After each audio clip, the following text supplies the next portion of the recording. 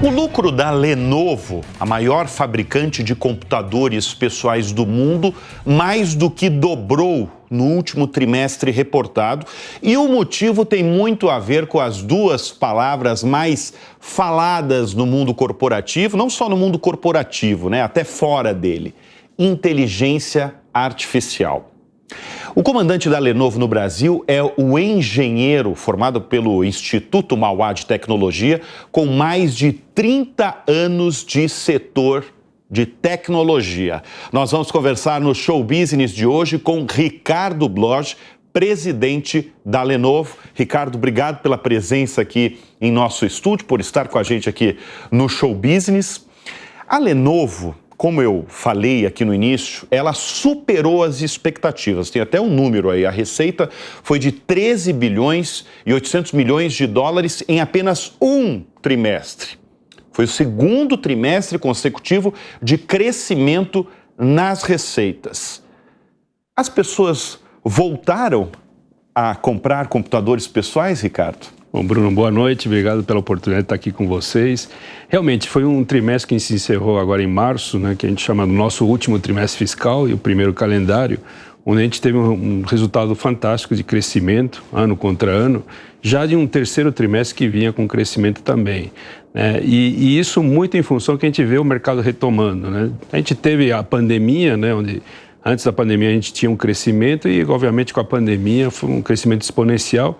Depois disso, o mercado se acomodou um pouco mundialmente, caiu um pouco em 2022, mas a boa notícia é que o mercado em 2023 ficou estável e a gente começa a ver agora uma retomada. Né? A gente vai falar um pouco aí do que é o novo PC, inteligência artificial, AIPC, e isso está trazendo uma retomada do mercado, talvez a gente chame de um renascimento do que é o PC. Renascimento é a palavra que está sendo usada do PC, do computador pessoal. Olha só, Ricardo, antes de falar da AI, né, das duas palavras mais faladas, palavra de ordem no mundo, né, inteligência artificial. Antes de a gente entrar nisso, a Lenovo já comprou uma parte da IBM, já comprou a área ali de celulares da Motorola. Eu queria que você explicasse para a nossa audiência qual que é o tamanho da Lenovo. Muito bem. Na realidade, a Lenovo foi fundada em 1984, então a gente está fazendo 40 anos, numa empresa de origem chinesa, né, que começou, como tudo, numa garagem. O nosso CEO é praticamente o fundador, o Yang Yang. Uma empresa familiar. Uma empresa de capital aberto, né, está na Bolsa de Hong Kong, com floating relativamente alto. Mas é uma empresa que é muito global, uma empresa que eu já chamo genuinamente globalizada. Apesar de ser uma empresa de origem chinesa, as nossas matrizes são na Carolina do Norte, em Chicago, por causa da Motorola, e obviamente na Europa e na própria China, né? E essa globalização, ela se deu muito em função da aquisição da divisão de computadores pessoais da IBM em 2005, né? Foi um case, na época, uma empresa com origem chinesa adquirindo uma operação grande. Eu trabalhei na IBM por 14 anos, lembro um pouco da época, de adquirir uma operação. E de lá para cá, ela se tornou a número 1, a maior fabricante mundial de computadores do mundo hoje. Para cada 4 computadores vendidos no mundo, 1 é da Lenovo. Um é da Lenovo. Praticamente o nosso market share hoje mundial, na liderança, está em torno de 24%. Tá. Agora você está falando do mundo todo, você está falando de outros países. Agora, qual que é o papel do Brasil no mercado global Lenovo? A Lenovo tem uma importância estratégica. A gente já está aqui praticamente desde a aquisição da IBM em 2005, fabricando localmente desde 2016, com fábrica aqui no estado de São Paulo. Então, ela tem uma operação estratégica, em termos de faturamento, representa alguma coisa em torno de 2% do faturamento global, aqui não só a divisão de PCs, de computadores pessoais, né? E a gente atende muitos clientes nossos que são globais aqui no Brasil. A gente trabalha na parte de varejo, né, pessoa física, onde a gente é líder de mercado aqui pelo 4º ano consecutivo, trabalha muito com vendas para o setor público também e pequenas e médias empresas. Bom, vamos falar então agora num assunto que você domina, Ricardo, e que a sua empresa aí é a palavra de ordem na empresa, né? E na verdade eu vou até citar uma frase do presidente executivo da Lenovo, né, que diz o seguinte: os próximos computadores pessoais da maioria das pessoas, todos esses computadores aí serão computadores com AI, com inteligência artificial. Você compra e já tem a inteligência artificial. Como é que serão esses computadores já com inteligência artificial, Ricardo?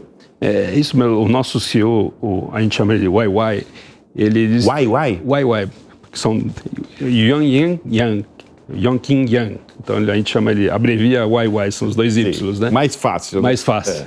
E ele fala que ele viveu praticamente os 40 anos dessas 4 décadas da Lenovo e ele diz que o que nós vamos ver nos próximos 10 anos, a gente não viu nos últimos 40 anos, mesmo com o nascimento do computador pessoal. Isso muito em função do que vai ser a inteligência artificial aplicada para as pessoas no seu dia a dia, né? Você vai trabalhar de uma maneira muito mais natural com esse computador pessoal, na interação com ele, e ele vai ser o teu assistente não pessoal, mas personalizado, eu diria. Inclusive, a gente fala que o computador pessoal vai ser mais um computador personalizado do que pessoal, porque ele realmente vai ser a tua cara, ele vai te acompanhar, ele vai aprender com você.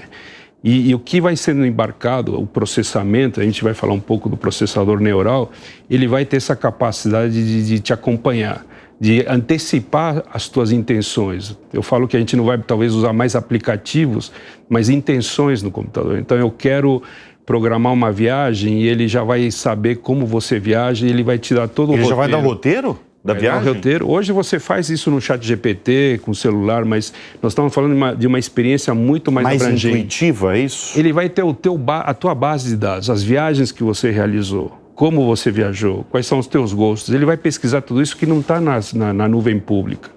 Não está na internet, isso aí pertence a você. Ele vai saber. Ele vai saber da tua vida e vai dizer assim, a minha sugestão para você. Eu vi um vídeo outro dia muito interessante, a pessoa acorda, obviamente figurativa, e a pessoa acorda e diz, olha, quebrou a máquina de lavar roupa.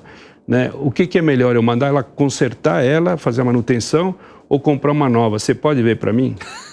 E aí o teu assistente pessoal fala assim, eu sei como é que você pensa em comprar, se você paga à vista, a prazo, qual é a marca que você gosta, qual a assistência técnica que você usa. E em poucos minutos ele te dá a resposta. Olha, eu pesquisei o mercado, fiz comparação, fiz uma cotação, usei a cotação passada e acho que no teu caso seria melhor você comprar uma lava-roupa nova. Ele vai ser, então, na verdade, ele vai ser muito mais, ele vai ser um assistente de vida ali, né? Ele vai ser ele vai ser quase a gente. Só que a gente chama de gêmeo digital. Vai ser gêmeo digital. Ótima definição. Vai ser o teu gêmeo digital. Ele é você, mas digital. Ele vai ter a tua inteligência, os teus gostos. Para tudo isso, você vai ter que se acostumar a fazer as perguntas certas, né? A gente chama isso eu já ouvi falar muito, né? Vai ser a grande profissão do futuro. É ter as perguntas certas, né? As certeiras ali. Então você vai fazer as perguntas certas e também vai entender um pouco, cada vez mais, como você pensa, como você pergunta. Enfim, ele vai estar lá com você. E isso vai cada vez mais demandar mais capacidade de processamento, porque você vai falar também em geração de imagem, criação de vídeos, de fotos. E para isso você precisa ter um computador com essa capacidade. Por isso que a gente diz que na próxima década a gente vai ver uma mudança radical, né? Eu faço uma comparação que foi na década de 90, quando você tinha o feature phone, né? Que você tinha um teclado mecânico e uma tela de LCD de talvez 3 ou 4 linhas. E aí, de repente, você recebe um smartphone, né? Onde você tecla na tela mesmo, todo mundo ficava assim, mas isso aqui não vai funcionar. Eu gosto do meu BlackBerry lá com o teclado. E todo mundo se acostumou, revolucionou como você usa o smartphone hoje. Eu acho que uma comparação, talvez daqui a uns anos a gente esteja sentado aqui, olhando para trás, dizendo como é que eu não imaginei que a coisa ia para esse lado.